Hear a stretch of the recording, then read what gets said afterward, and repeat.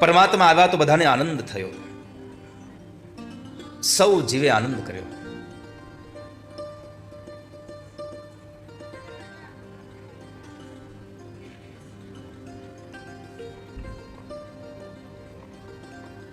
ગોપીઓ બધી પાગલ બની છે.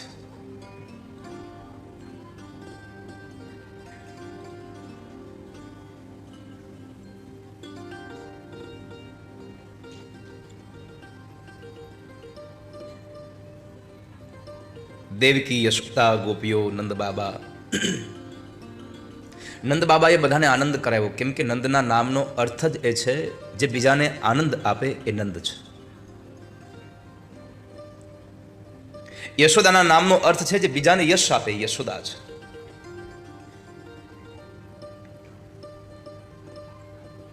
આજે ગોકુળનું સૌભાગ્ય છે.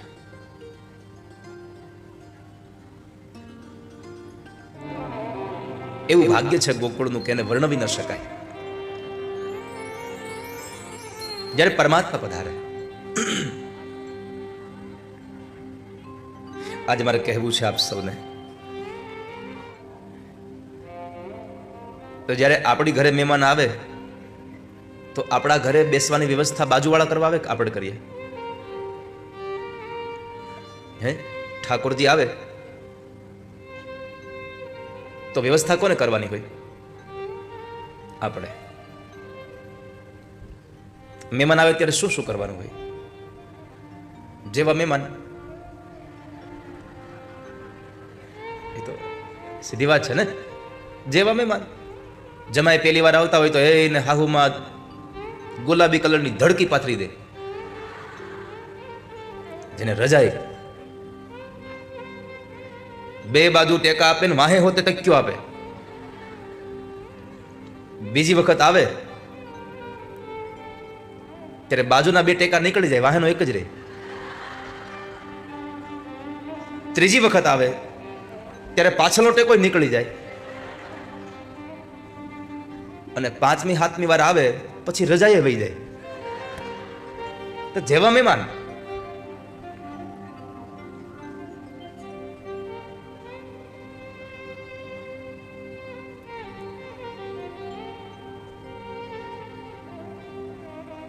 પહેલી વાર આવે તો તાણ કરી કરીને જમાડે, અને ચોથી પાંચમી વખત આવે પછી શું કે જોઈ માગી લેજો હો.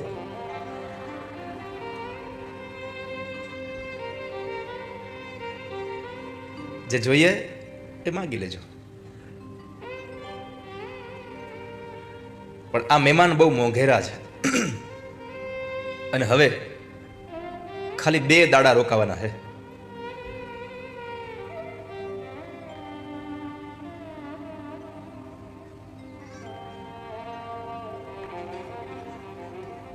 તો મારે તમને બધાને એ કહેવું છે કે 2 દિવસ તમારા ગામમાં ભગવાન આવ્યા છે, રોકાવાના છે 2 દિવસ. તો તમારા બધાની ફરજ છે કે મહેમાન મોંઘા છે એટલે ઘરમાં તમે ભલે કાંઈ પાથરી ન રાખો તો કાંઈ નહીં, પણ મિત્રાલ ગામના એક ઘરે 2 દિવસ આસોપાલવનું તોરણ બંધાવવું જોઈએ. હવે તમને લોકોને એમ થવું જોઈએ કે ઓહો, ઠાકોરજી મારા ગામમાં આવ્યા છે, અને કદાચ તોરણને બધું બાંધી રાખો ને કદાચ ભગવાનને મન થાય કે હાલો મારે અહીં જવું, તો ભગવાન આવે ખરા ઘરે અને નોય આવે.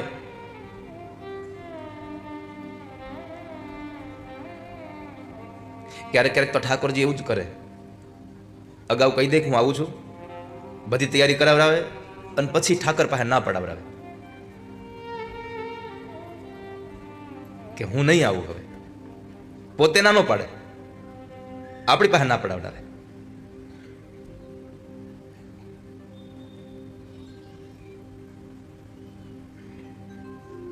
કેટલી તૈયારી કરી હોય.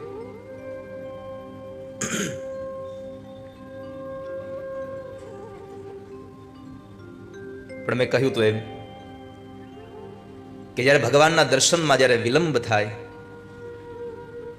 ત્યારે પરમાત્માના દર્શનની ઉત્કંઠા વધતી જાય છે.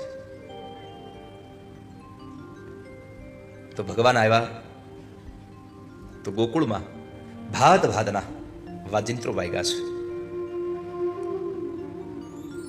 અવાદ્યંત વિચિત્રાણી વાદિત્રાણી મહોત્સવે કૃષ્ણે વિશ્વેશ્વરે અનંતે નંદસ્ય વ્રજમાગતે. જ્યારે નંદસ્ય વ્રજમાં આવ્યા છે, આગમન થયું છે, દુદુંભીનાદ વાગી ગયા છે.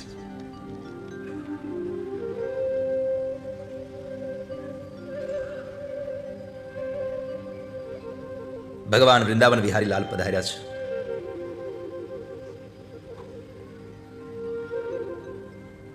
એક દિવસ, 2 દિવસ, 3 દિવસ થયા. ચોથા દિવસની સવાર પડી. કૈલાસમાં રહેલા ભગવાન દેવાધિદેવ મહાદેવને થયું કે લાવને, મારા ઈષ્ટદેવ હવે પ્રગટ થઈ ચૂક્યા છે, તો દર્શન કરી આવું. જેના દર્શન માત્રથી આપણું બધું જ અમંગલ હરી જાય છે.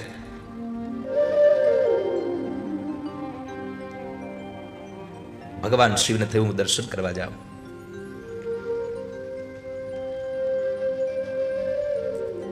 ત્યારે નંદી આદિ ગણો ભગવાનની સાથે જવા માટે તૈયાર થાય છે. ભગવાને ના પાડી કે નંદી, આપણે બધા એક સાથે જશું તો કોઈને દર્શન નહીં થાય, તમે પછી આવજો. ના પ્રભુ, લઈ જાવ ને. ભગવાને ના પાડી કે ના, સાથે નહીં જઈએ, તમે પછી જાજો. નંદી આદિ ગણો માની ગયા. શેષ ના કહે છે કે તમારે બીજા કોઈને લઈ જવા હોય કે ન લઈ જવા હોય મને ખબર નથી, પણ મને તો સાથે લઈ જ જવું પડશે, કારણ કે મારે જોવા આવવું છે કે જે નારાયણ મારા શરીરની પથારી કરી અને સમુદ્રમાં સૂવે છે, એ નારાયણ આજે ઘોડિયામાં કેવા લાગે છે, મારે એને જોવા છે. મારે પારણિયામાં સુતેલા ઠાકોરજીને જોવા છે, મને સાથે લઈ જાઓ. ભગવાન શંકર આવે છે એક જોગી બાવાનું રૂપ લઈને.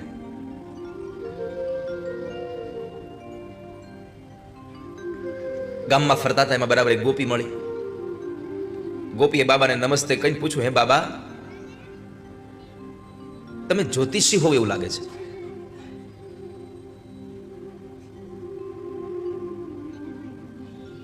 તમે જ્યોતિષી હોવ એવા શબ્દ સાંભળ્યા. બાબાના મનમાં લાઈટ થઈ, હાલને ઘડી જ્યોતિષી બની જાઓ, કદાચ જોશ જોડાવા માટે મને લઈ જાય અને મને એના દર્શન થઈ જાય. એટલે તરત જ બાબાએ કહ્યું, હા હા ગોપી, હું તો જ્યોતિષી છું. તો બાબા, તમારું નામ શું છે? ભગવાન કે સદાશિવ જ્યોતિષી.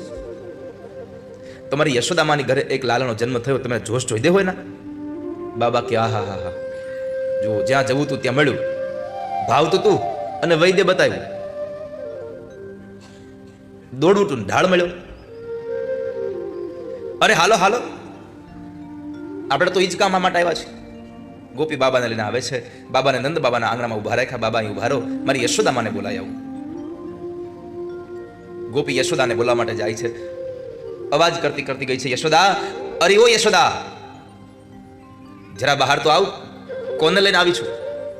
યશોદા કહે છે, અરે ગોપી, આટલી બધી બૂમાબૂમ કેમ કરે છે?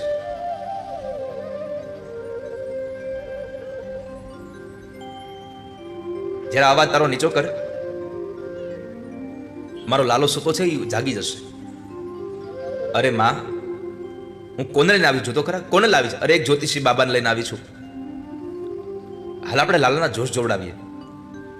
તો વળી માં હાથમાં રહેલું કામ પડતું મૂકીને બાબા પાસે જોશ જોડવા માટે જાય. પણ જેવા માં આંગણામાં આવ્યા ને બાબાને જોયા તો માની આંખો ફાટી ગઈ. એ ગોપી, આ કોને લાવી તું?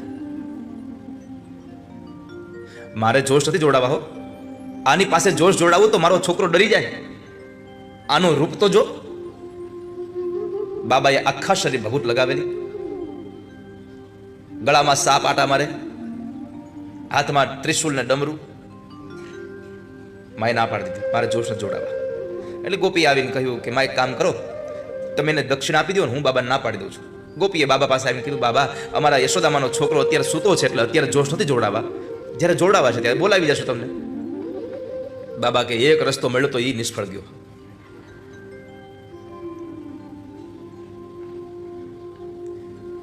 માં યશોદા સોનાનો થાળ ભરી અને ભિક્ષા લઈને આવ્યા છે. બાબા, આ ભિક્ષા લઈ લો અને તમે જતા રહો, મારે જોશ નથી જોડાવા, મારો છોકરો ડરી જાય તમારાથી. ભગવાન કહે છે, માં તમે આટલો બધો સોનાનો થાળ ખજાનો લઈને આવો એમાં નવાઈ નથી, કેમ કે તમારા ઘરમાં ખજાનો એટલો છે અને સૌથી મોટો ખજાનો હજી તો ઘોડિયામાં પડ્યો છે.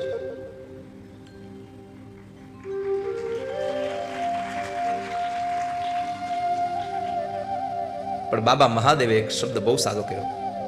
ભગવાને વિચાર્યું કે લાવને જે કામ કરવા આવ્યો છું એ કામ કહી જ દઉં. અમુક અમુકને ટેવ હોય, જે કામ કરવા આવ્યા હોય ને એ વાત પેલા ન કરે, પેલા કેટલી બધી બીજી વાતો કરે અને પછી મૂળ એનો પ્રસ્તાવ મૂકે.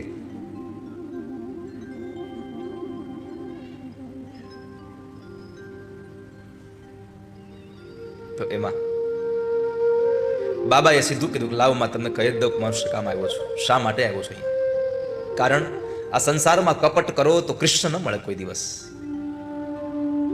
જ્યાં કપટ હોય ત્યાં કૃષ્ણ ન રહી શકે.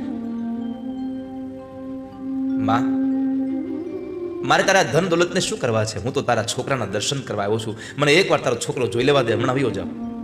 બાબા, આ ભિક્ષા લ્યો તોય ભલે, ન લ્યો તોય ભલે, મારો છોકરો તમને આજે જોવા નહીં મળે, કાલે નહીં મળે, જવા દો. માએ ઘસી ના પાડી.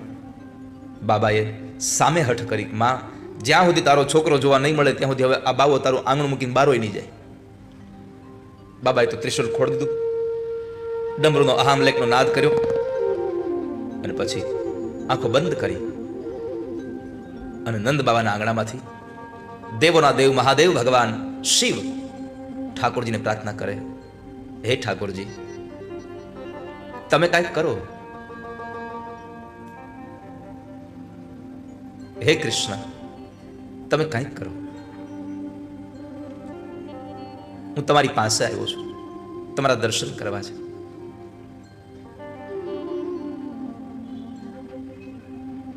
મારા સગળા મનોરથ સંપન્ન કરો.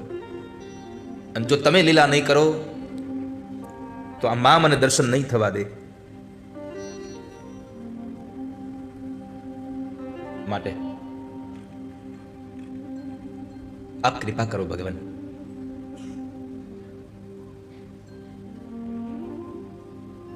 નંદ બાબાના આંગણામાં પ્રાર્થના થઈ. ઓરડામાં પોટેલા ભગવાન ઠાકોરજીએ સાંભળી, તમે મારા શરણે આવ્યા છો તો તમારી ઈચ્છાને સંપન્ન કરીશ. અને આ સંસારમાં વાલા ભક્તો, જેટલા જેટલા જીવ ભગવાનના શરણે ગયા છે એ જીવની બધી જ ઈચ્છાઓ ઠાકોરજીએ સંપન્ન કરી છે.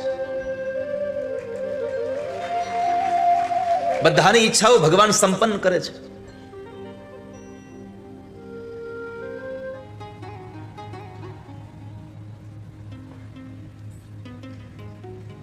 અવિદ્યામાંથી બચવા માટે સત્સંગની આવશ્યકતા છે. પરમાત્માના નામનો મહિમા ગાઓ.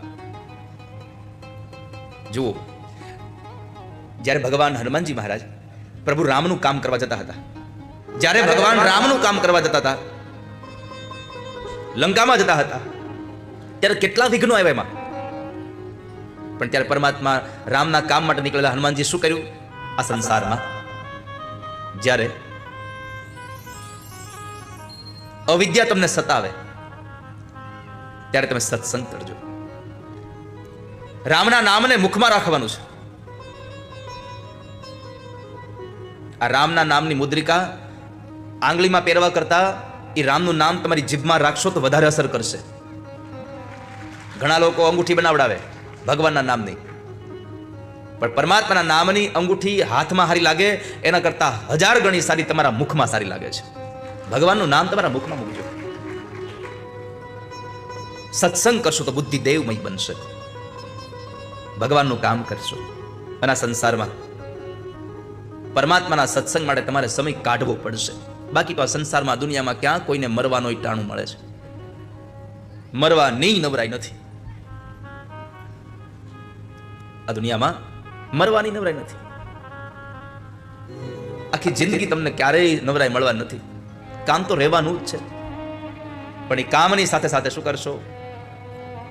કરતા જઈએ ઘરના કામ, લેતા જઈએ રામના નામ. રસોઈ બનાવતા હોય તો ભગવાનને યાદ કરતા કરતા રસોઈ બનાવો. જીવનના દરેક યજ્ઞમાં આપણો પુરુષાર્થ એ યજ્ઞ છે, આપણો શ્રમ એ યજ્ઞ છે. યજ્ઞમાં પરમાત્માના નામને યાદ કરતા જાઓ. તો પૂતનાનો ભગવાન ઉદ્ધાર કર્યો. અવિદ્યાને મારવી હોય તો એક જ સાધન છે, તમારે સત્સંગમાં જવું પડશે, સત્સંગ કરવો જ પડશે. બાકી ભગવાને આપેલું આ શરીર આમનામ નષ્ટ થઈ જશે.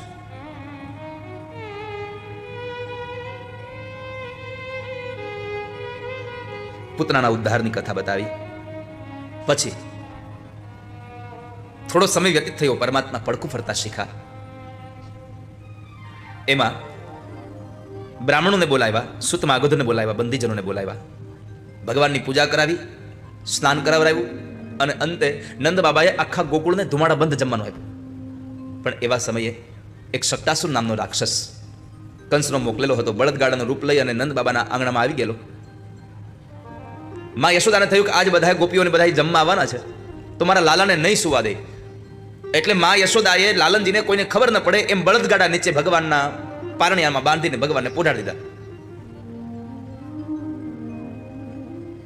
તો પરમાત્માને જ્યારે પારણિયામાં ત્યાં બળદગાડા નીચે પોઢાડ્યા અને માં યશોદાજી ફરી પાછા ઉત્સવમાં જતા રહ્યા. ભગવાને એક પાટું મારી અને બળદગાડાને ઊંધું નાખ્યું. કેમ? આ સંસારમાં જ્યારે આ બુદ્ધિ ભગવાનમાંથી નીકળી અને સંસારના ઉત્સવમાં વહી જાય એટલે એના ઘરમાં, એના જીવનમાં કોઈને કોઈ વિકટ સ્થિતિ આવે આવે ને આવે, એમાં સંશય જ નથી વાલા ભક્તો, આવે જ. તો અહીંયા આગળ પરમાત્માએ એક લાત મારી. શક્તાસુર નામના રાક્ષસ જે બળદગાડાનું રૂપ લઈને આવ્યો હતો એને માર્યો, શકટ ભંગ કર્યો. શકટ એટલે ભોગ વૃત્તિ છે. અવિદ્યા મરે પછી ભોગ પણ આવે ને ભોગને મારવો જ પડે. ભોગને માર્યો. ત્યાર પછી તૃણાવર્ત નામનો એક રાક્ષસ વંટોળિયાનું રૂપ લઈ અને કંસના કહેવા મુજબ આવેલો. ભગવાન બરાબર આંગણામાં સૂતા હતા તો એને ઉપાડી અને લઈને વયો ગયો. આકાશમાં એટલો ઊંચો ગયો, એટલો ઊંચો ગયો અને પછી જ્યારે એને મથુરા તરફ ગતિ કરી, ભગવાને ના પાડી કે મથુરામાં નહીં જવાય.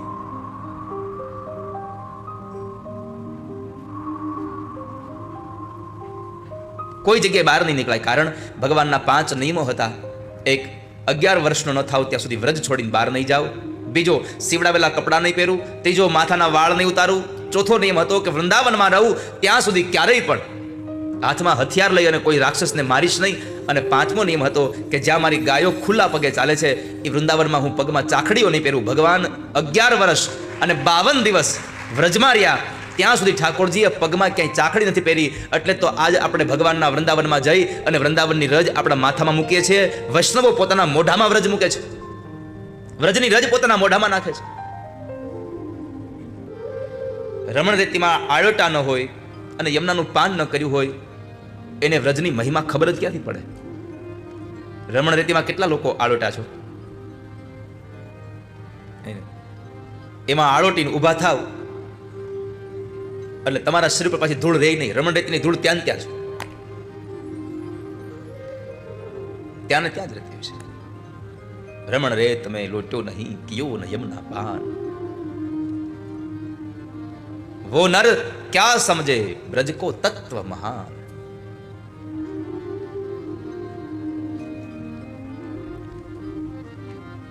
તો ભગવાને તૃણાવર્તને ના પાડી કે બહાર નહીં જવાય, છતાં પણ એ જવા માટે જ્યારે પ્રેરિત થયો, જવું જ છે, તો ભગવાને પોતાનું વજન વધાર્યું અને એ વજન વધારતાની સાથે એની ગતિ મંદ થઈ. ગતિ મંદ પડી એટલે એને થયું કે આ હું કોને લઈને આવ્યો છું? આ હું કોને લઈ આવ્યો? નાના બાળકને લઈ આવ્યો કે કોઈ પથ્થરની શિલા લઈ આવ્યો છું? અંત સમયે પથ્થરની શિલા યાદ આવી તો ભગવાને પથ્થર સાથે પટકી અને એનો ઉદ્ધાર કર્યો. કારણ અંતે યા મતિ સા ગતિ. અંત સમયે જેવી તમારી મતિ હશે એવી જ તમારી ગતિ થવાની, એમાં સંશય નથી વાલા ભક્તો. પરમાત્માએ તૃણાવર્તનો પણ ઉદ્ધાર કર્યો. ત્યાર પછી ભગવાને પોતાના મુખારવિંદની અંદર માં યશોદાને 14 બ્રહ્માંડના દર્શન કરાવ્યા. ભગવાને પોતાના મુખારવિંદની અંદર અનેક એવા બ્રહ્માંડના દર્શન માં યશોદાને કરાવ્યા. માને થયું કે અમારો દીકરો નહીં, આ તો કોઈ બ્રહ્મ છે, આ મારો પુત્ર નહીં, આ પરમેશ્વર છે. એટલે એમણે પુત્ર ભાવ મટી અને પરમેશ્વરનો ભાવ લાગ્યો. ભગવાનને થયું આ તો ખોટું થઈ ગયું. માં મને જો દીકરો નહીં માને તો મને પ્રેમ નહીં મળે માનો. એટલે ભગવાને ફરી પાછી માયાની ચાદર માં ઉપર ઓઢાડી અને પુત્ર ભાવ પ્રગટ થયો. સમય વ્યતીત થવા લાગ્યો, અનેક સમય વ્યતીત થયો. એમાં વસુદેવજી મહારાજની પ્રાર્થના અનુસાર ગર્ગાચાર્ય ઋષિ નામકરણ સંસ્કાર કરવા માટે આવે છે. જ્યારે નામકરણ સંસ્કાર કરવા માટે ગર્ગાચાર્ય ઋષિ આવ્યા છે,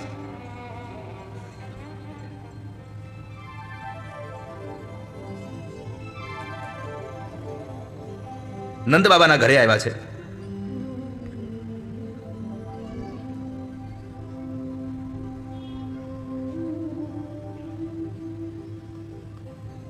નંદ બાબાએ આગતા સ્વાગતા કરી. બાપજી, આપ જેવા મહાપુરુષ મારે આંગણે પધાર્યા, અમે ધન્ય થયા. આજે અમે આપની શું સેવા કરીએ? આપ જે સેવા કહો તો કરવા તૈયાર છીએ અમે.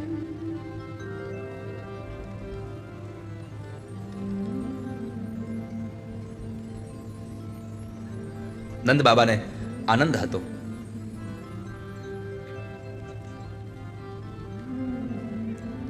પછી નંદ બાબાએ એક પ્રાર્થના કરી, બાબા આપ અહીંયા આવ્યા જ છો તો અમારા દીકરાઓનું નામકરણ સંસ્કાર કરી દો તમે. આજ મારું ઘર ધન્ય થયું છે. પ્રભુતા પ્રેમ વશને લઈને આજ મારે ઘરે પધાર્યા છે.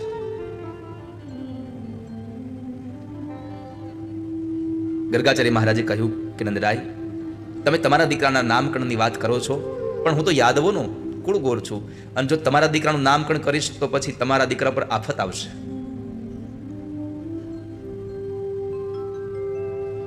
નંદ બાબાએ કહ્યું, બાબા એક કામ કરીએ,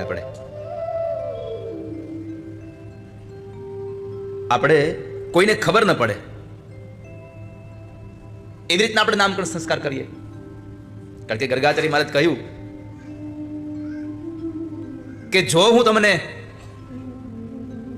તમારા દીકરાનું નામકરણ સંસ્કાર કરીશ તો તમારા દીકરાને દેવકીનો દીકરો માનશે. સુતમ મયા સંસ્કૃતમ તે મન્યતે દેવકી સુતમ.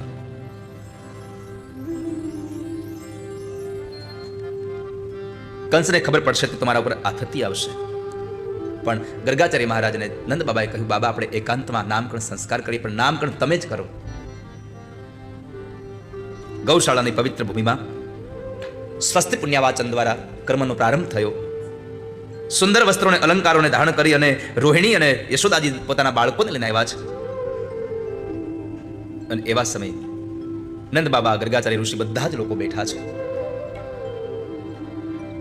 નામકરણ સંસ્કાર માટે તૈયાર થયા. સૌથી પહેલા રોહિણીના દીકરા છે એટલે એનું નામ પાડે છે. જો કે આમ તો રોહિણીના દીકરાનું નામ પહેલેથી જ નક્કી થઈ ગયું. આ તો હવે ખાલી એક ફોર્માલિટી છે, બાકી નામ તો ભગવાને એક આપી દીધું. રોહિણીના દીકરાને ભગવાન દાઉજી મહારાજને સંકર્ષણ તરીકે ઓળખવામાં આવે છે. આ સંકર્ષણ નામ ભગવાને જ આપી દીધું. જ્યારે માયાને બોલાવી ત્યારે માયાને જ કહ્યું કે માયા તું શેષનું સંકર્ષણ કરી અને રોહિણીમાં પધરાવ. એવા સમય ઇન્દ્રાય, આ તમારો દીકરો અનેક નામોથી ઓળખાય છે.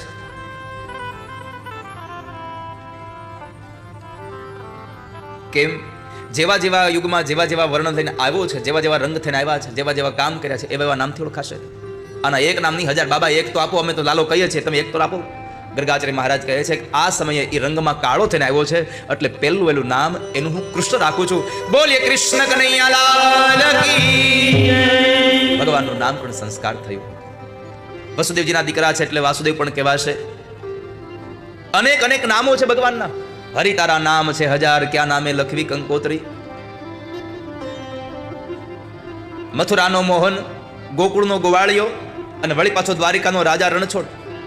ક્યાં નામથી મેં તેને બોલાવીએ?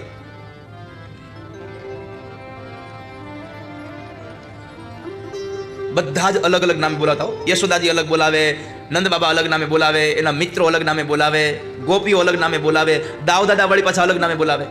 બધા જ. અને ભગવાનના ભક્તો તો પાછા વાળી હાવ એને અલગ નામે જ બોલાવે. એને જે નામ ગમે એ નામથી ભગવાનને બોલાવે. રાધા, મીરા, ઓલી કુબજા, આ બધા જ અલગ અલગ નામોથી બોલાવે ભગવાનને. ત્યારે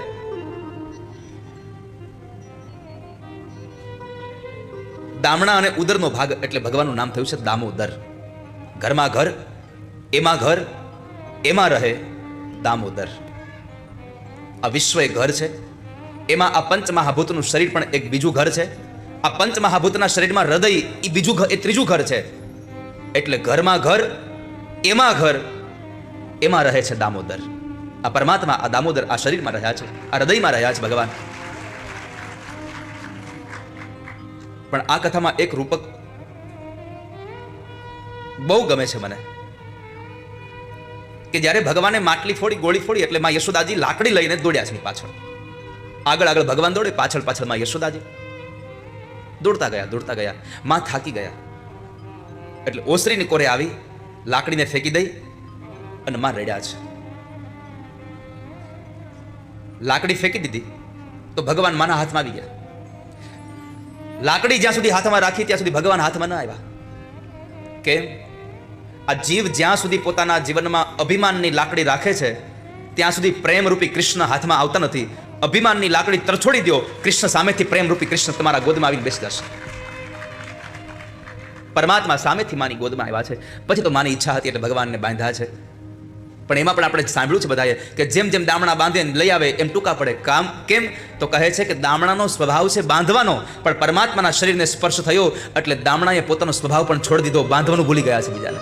ભગવાનને સ્પર્શ થાય એટલે પોતાનો મૂળ સ્વભાવ ભૂલાઈ જાય છે. મૂળ સ્વભાવ ભૂલાઈ ગયો. નરસિંહ મહેતાના પદ તરીકે નાગપત્નીઓ આવી ભગવાનને કહે છે. ભગવાન કહે ના, નહીં જાવ. અંતે પરમાત્માએ કાલિંદીના ધરામાં રહેલા કાલી નાગને કહ્યું તો અહીંયાથી જતો રહે. બંને જણાનું યુદ્ધ થયું. જ્યારે એના ગાત્રો ઢીલા પડી ગયા ત્યારે એ પોતાના ભગવાનના વશ થયો. પરમાત્માએ કહ્યું તું કે બધું છોડી દે. પરમાત્માએ કહ્યું કે તારી ચિંતા છોડી દે. કે પ્રભુ હું બહાર જાઉં તો મને મારી નાખે ગરુડ. ત્યારે ભગવાને કીધું તું એક કામ કર, સર્વ ધર્માન પરિત્યજ્ય મામેકમ શરણમ વ્રજ. આ બધું જ છોડીને મારા શરણે આવી જા, પછી તારે તારી ચિંતા કરવી પડશે નહીં. પણ જો આપણે ભગવાનના શરણે જઈએ તો તમેવ શરણમ ગચ્છ સર્વભાવેન ભારત. આપણે ભગવાનના શરણે જઈએ, બધું છોડીને જઈએ તો થાય. પણ આપણે છૂટે તો નહીં. આપણે કાંઈ મૂકી તો શકતા નથી, ત્યાગ તો કરી શકતા છીએ નહીં. ત્યાગ કેવો? તો કહે છે કે જે મૂક્યું એને પાછું નહીં લેવાનું, આપી દીધું પાછું નહીં લેવાનું. પણ આપણો ત્યાગ એવો હોય ધોબીને કપડા જેવો. આપણે ધોબીને કપડા આપીએ પણ એ આપી દીધા ન હોય, પણ પાછા લેવાના હોય. પાછા આ સંસારમાં જે વિષયના, જે વાસનાઓના જે કપડા છે એ ઉતરી જાય પછી બીજી વખત એને લેવાના નથી. એવી રીતે ત્યાગ કરવાનો છે. અને ત્યાગ પણ એવી વસ્તુનો થવો જોઈએ કે જે જીવનમાં તમને અતિશય પ્રિય હોય.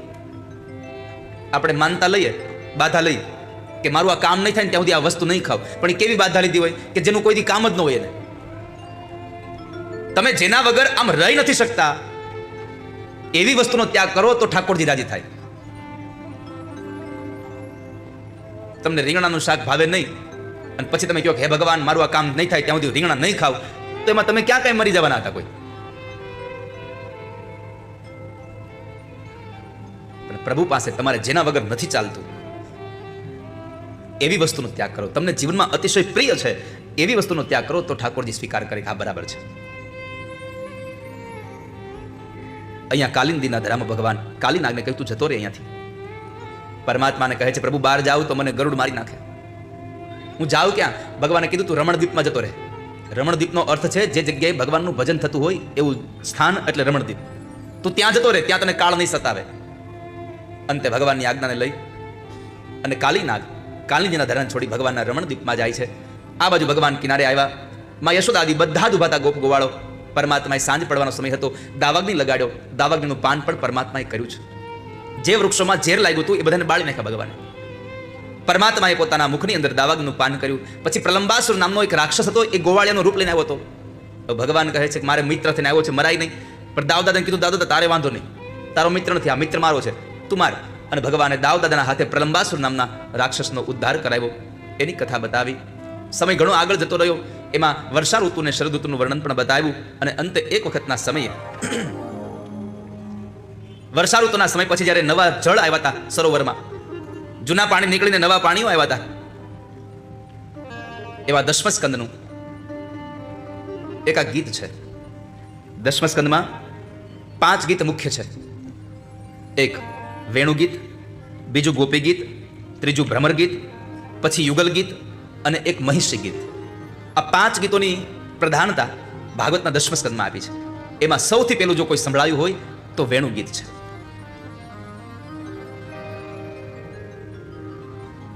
આકાશમાંથી મેઘ વરસે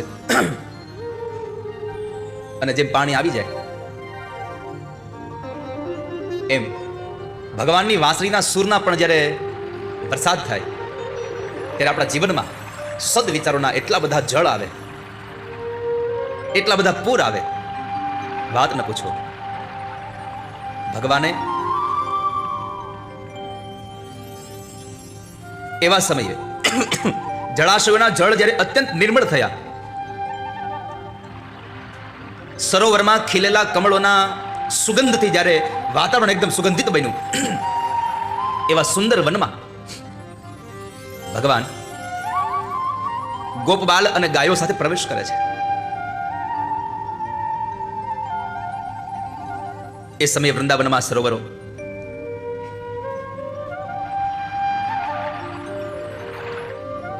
તો અહીંયા સૌથી પહેલું કહ્યું આ એવા વૃંદાવનની કથા છે. વૃંદાવનમાં, વૃંદા એટલે એક ભાવે તુલસીનું નામ છે, સતીવૃંદા તુલસી છે. તુલસીનું જે વન છે એ વનની વાત છે. બીજું વન શબ્દનો અર્થ છે જે જગ્યાએ ભજનનું સ્થાન હોય એને વન કહેવાય. વનમાં જઈ ભોજનનું મહત્વ નથી, વનમાં જઈને ભજનનું મહત્વ છે. એટલે સંતો વનમાં ભજન કરવા જાય છે અને આપણે વન ભોજન કરવા જાય છે. સંતો ભજન કરે છે વનમાં. વનમ સંભક્તૌ વનમ નામમ સંભજનમ. જે જગ્યાએ ભગવાનનું ભજન થાય એ જગ્યાનું નામ છે વન.